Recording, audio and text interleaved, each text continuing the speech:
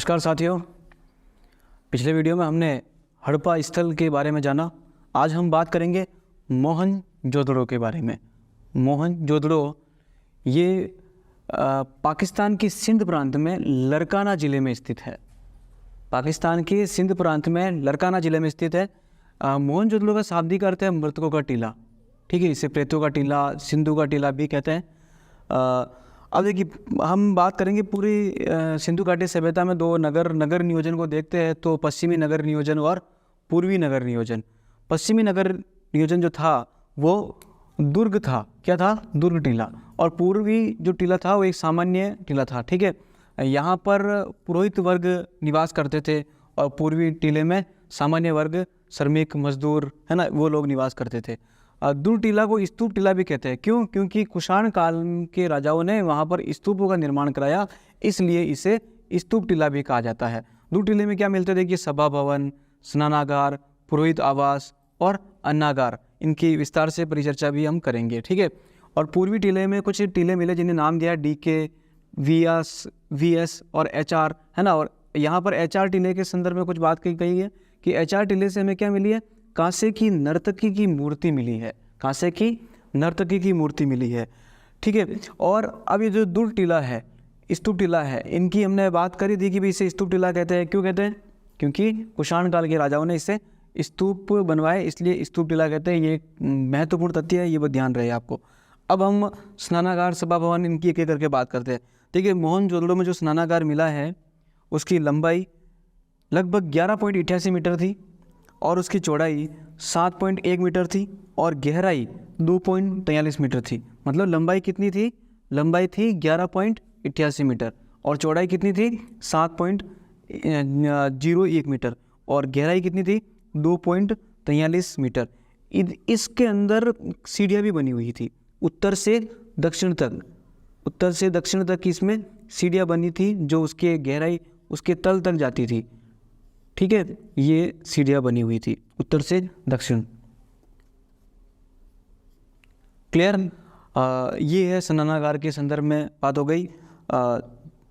इसे आश्चर्यजनक इमारत भी कहा गया है स्नानागार को। ठीक है, अन्नागार के बारे में बात करते हैं। अन्नागार को के बारे में मार्टिमर मिलर कहते हैं कि अन्नागार मोहनजोदड़ो की सबसे बड़ी इमारत है जिसकी लंबाई कितनी है? लंबाई है 45.71 मीटर और चौड़ाई कितनी है? 15.23 मीटर। ठीक है, सभा भवन की बात करते हैं। सभा भवन देखिए दुर्ग टीले के दक्षिण में है। कहाँ पर है? दक्षिण में। वर्गाकार आकृति में इसका निर्माण किया गया है। 27x27 का है ये। ठीक है, और पुरोहित आवास की बात करें तो स्नानागार के उत्तर पूर्व में पुरोहितों का आवास था। दुर्ग टीले में पुरोहितों का आवास उत्तर पूर्व में था। ठीक है, पूर्वी टीले के HR क्षेत्र से क्या मिली है? कांसे की नर्तकी की मूर्ति मिली है, अभी बात की हमने। ठीक है, और एक महत्वपूर्ण तथ्य है कि यहाँ से हमें मोहनजोदड़ो से 21 मानव कंकाल प्राप्त होते हैं। 21 मानव कंकाल हमें यहाँ मोहनजोदड़ो में देखने को मिलते हैं। ठीक है, इसलिए इसे मृतकों का टीला, प्रेतों का टीला, सिंधु का टीला, अन्य नामों से मोहनजोदड़ो को जाना जाता है। ठीक है, पहले भी बता रखा है मैंने कि मोहनजोदड़ो से बॉलीवुड स्टार ऋतिक रोशन ने मूवी बनाई और वहाँ से हम इसके कल्चर के बारे में थोड़ा सा हम जान सकते हैं। ठीक है, यहाँ से कब्रिस्तान की जानकारी नहीं मिली है, ये बात ध्यान रहे। मोहनजोदड़ो से कब्रिस्तान की जानकारी नहीं मिली है। हाँ, ये बात सच है कि हड़प्पा से कब्रिस्तान मिले हैं और हमने देखा भी है हड़प्पा में कब्रिस्तान, है ना, R37। ठीक है, पड़ा भी है। अब देखिए, मोहनजोदड़ो की जो सड़कें थी वो ग्रिड पैटर्न पर बनी हुई थी। सड़कें कैसी थी? ग्रिड पैटर्न पर बनी हुई थी। इसका मतलब क्या है कि जो सड़कें थी वो समकोण डिग्री पर काटने वाली थी। ठीक है, इस प्रकार से सड़कें, है ना, ये ध्यान रहे, ग्रिड पैटर्न पर आधारित थी, मतलब समकोण डिग्री पर प्रत्येक सड़क काटती थी। अब और स्टुअर्ट पीरियड के बारे में बात करें तो अभी हमने हड़प्पा स्थल को पढ़ लिया और मोहनजोदड़ो को पढ़ लिया है। स्टुअर्ट पीरियड ने मोहनजोदड़ो स्थल और हड़प्पा स्थल, इन दोनों ही स्थल को सिंधु घाटी सभ्यता, हड़प्पा सभ्यता की जुड़वा राजधानी बताया है। अब हम देखते हैं मोहनजोदड़ो से प्राप्त अन्य साक्ष्य। इसमें कांसे की नर्तकी की मूर्ति के संदर्भ में बात करें तो देखिए, इन्होंने इस मूर्ति में 4 चूड़ियाँ दायां हाथ में पहन रखी थी। कितनी चूड़ियाँ? 4 चूड़ियाँ दाएं हाथ में और बाएं हाथ में 24 चूड़ियाँ पहन रखी थी। ध्यान रहे, ठीक है। और मोहनजोदड़ो से हमें हाथी के कपाल खंड भी मिले हैं, हाथी के कपाल खंड मिले हैं, ध्यान रहे। तो हाथी के अवशेष के रूप में यहाँ से महाविद्यालय और चांदी के बर्तन में सूती वस्त्र के साक्ष्य मिले हैं, वेरी इंपॉर्टेंट है ये, ध्यान रहे।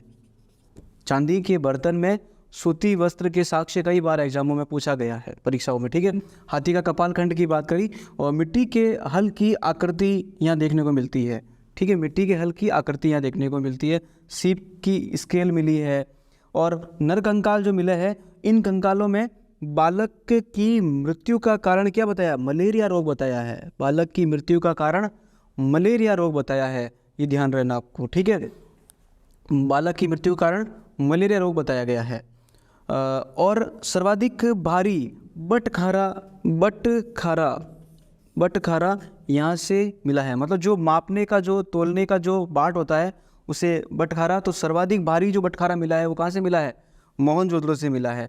और देखिए यहाँ के मृदभांडों पर कांच के समान ओपकारी की गई है, जो विश्व में ओपकारी का पहला प्रमाण है, ध्यान रहे, ठीक है। से 7 क्रमिक स्थल मिले हैं, 7 क्रमिक स्थल मिले हैं, मतलब मोहनजोदड़ो 7 बार उजड़ा और 7 बार बसा, और बाढ़ के कारण, ये ध्यान रहे आपको, बाढ़ के कारण 1900, हमने मूवी में भी देखा होगा मोहनजोदड़ो, जो उस मूवी में भी अंतिम जो सीन है उसमें बाढ़ आती है, ठीक है। तो ये ध्यान रहे, 7 बार उजड़ा और 7 बार बसा, ठीक है। मोहनजोदड़ो का जो उत्खनन किया राखाल दास बनर्जी ने 1922 में किया पहली बार, दूसरी बार 1930 ईस्वी में अर्नेस्ट मैके करते हैं, और फिर उसके बाद 1945 में मार्टिमर व्हीलर करते हैं, फिर 1965 में जॉर्ज डेल्स करते हैं। तो ये हमें मालूम होना चाहिए, ध्यान रहना चाहिए, क्योंकि किसी भी प्रकार से प्रश्न को घुमा फिरा करके पूछा जा सकता है, ध्यान रहे, ठीक है। और कुंभकारों के 6 भट्टे मिले हैं, ठीक है। कुंभकारों की बस्ती भी मिली है, गले हुए तांबे के ढेर मिले हैं, सीप की बनी हुई पटरी मिली है, घोड़े के दांत व मृण मूर्तियाँ मिली है, ऊँट की हड्डियाँ मिली है, गिल्ली मिट्टी पर कपड़े के साक्ष्य मिले हैं, अंतिम स्तर पर बिखरे हुए नरकंकाल मिले हैं, कुबड़दार बेल का खिलौना मिला है, कांस्य निर्मित भैंस एवं मेढे की आकृतियाँ मिली है, सर्वाधिक कुओं की प्राप्ति मिली है, ठीक है। पट्टेदार जल निकासी मिली है, मकान पक्की ईंटों के बने हैं, हड़प्पा और मोहनजोदड़ो दोनों के ही मकान पक्की ईंटों के मिले हैं। सर्वाधिक मोहरें कहाँ देखने को मिलती है? सर्वाधिक मोहरें मोहनजोदड़ो में देखने को मिलती है, लेकिन सर्वाधिक अभिलेख युक्त मोहर कहाँ देखने को मिलती है? सर्वाधिक अभिलेख युक्त मोहर हमें हड़प्पा स्थल में देखने को मिलती है, और सर्वाधिक मोहर सामान्य रूप से मोहनजोदड़ो में देखने को मिलती है, ठीक है। और 20 स्तंभों वाला भवन मिला है, मोहरों पर सुमेरियन नाव का अंकन मिला है। इसका मतलब कि मेसोपोटामिया सुमेरियन या बेबीलोन सभ्यता से हड़प्पा स्थल व्यापार करते थे। क्या करते थे? व्यापार करते थे। और मेसोपोटामिया के लोग इस हड़प्पा सिंधु घाटी सभ्यता को मेलुहा नाम से जानते थे, ये भी ध्यान रहे। चांदी का कलश एवं शिलाजित मिले हैं, ठीक है। तांबे की हेयरपिन मिली है, और सलाखा युक्त तलवारें मिली हैं। तो KUR केनेडी ने यहाँ पर मलेरिया के प्रमाण बताए हैं, जो भी अपन ने यहाँ देखे भी है कि यहाँ पर बालक की मृत्यु का कारण क्या बताया? मलेरिया रोग बताया। और KUR केनेडी ने इन कंकालों का अध्ययन करने के बाद KUR केनेडी ने मलेरिया रोग होने का प्रमाण भी बताया है। तो अब तक हमने जाना पूरे संपूर्ण मोहनजोदड़ो को, ठीक है। अगले वीडियो में हम अगले स्थल की बात करेंगे, तब तक के लिए धन्यवाद।